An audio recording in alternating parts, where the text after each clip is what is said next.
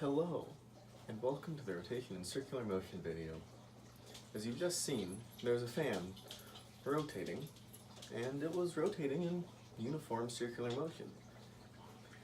Now, the kinematics of rotation are very similar to that of translational movement, like we saw in the 2D and 3D motion videos, except that everything is rotating. Now, there is also displacement with rotational movement. We have angular displacement, which is the displacement of the angle theta.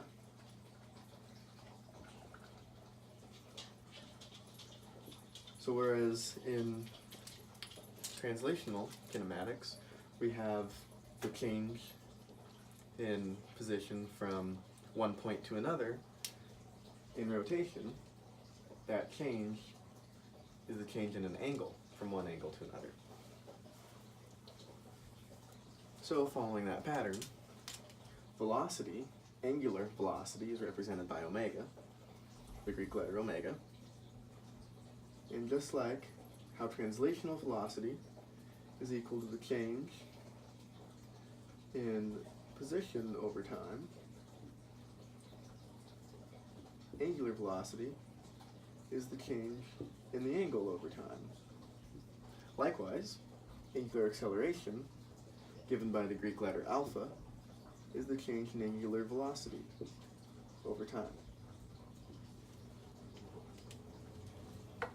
So it's really quite simple once you already know basic 2- and 3-dimensional kinematics, because all you're doing is changing your coordinates to being circular, as seen here. Now this is a picture of that fan that you just saw in the video. And if we look at these arrows here, the motion of the fan is going in a circle this way. Now the one weird thing, the really weird thing with rotational motion is that you'd think the angular velocity is going in the direction of movement, but it's actually perpendicular to the direction of movement. To find out which way it's going, we have something called the right-hand rule, call it RHR, where if you curl your fingers of your right hand in the direction of motion, your thumb will point in the direction of the angular velocity. As seen in this graph here, we have the angular velocity coming out toward us on the positive z-axis, just where my thumb's pointing. Now if the fan was moving the other way, angular velocity would be pointing behind us. Just like with translational motion, when the velocity is speeding up, the acceleration is going in the same direction. So if this fan were speeding up, acceleration would be coming toward us. If the fan were slowing down, acceleration would be going away. The fan, however, is maintaining a constant speed, so it has no acceleration no angular acceleration. It does have centripetal acceleration, which when you look at translational acceleration, that is equal to the centripetal acceleration plus the tangential acceleration. Centripetal acceleration is responsible for changing directions, and it always points inward, perpendicular, completely perpendicular to whatever line, whatever path you may be traveling. Centripetal acceleration is perpendicular to it, if there is any. Well, the tangential acceleration is tangent to it at whatever point. So if you have a curve here, say you're moving in a circle, and you're speeding up, you'll have, moving this way, you'll have some tangential acceleration and centripetal acceleration. Maintaining the same speed, you have no tangential acceleration and only centripetal.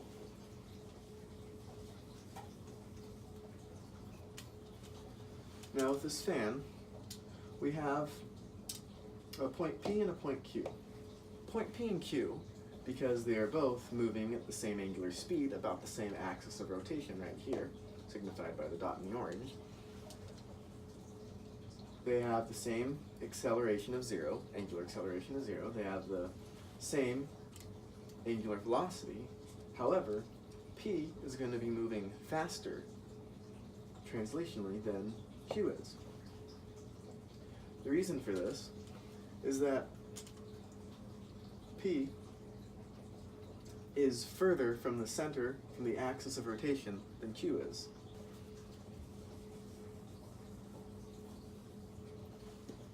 And the relationship between velocity and angular velocity is that velocity is radius times angular velocity. So if we look at velocity being equal to radius times angular velocity, then we can see that P will certainly have a greater velocity than Q, because the radius for P is twice as long as it is for Q on the fan. Now this goes for the distance traveled by these points as well. We can check this out with the units. Meters per second is equal to radians per second times meters. Now radians, not being an actual unit, cancels for this, and that becomes 1 over seconds times meters is in fact equal to meters per second. So there's your simple lowdown on rotation and circular motion.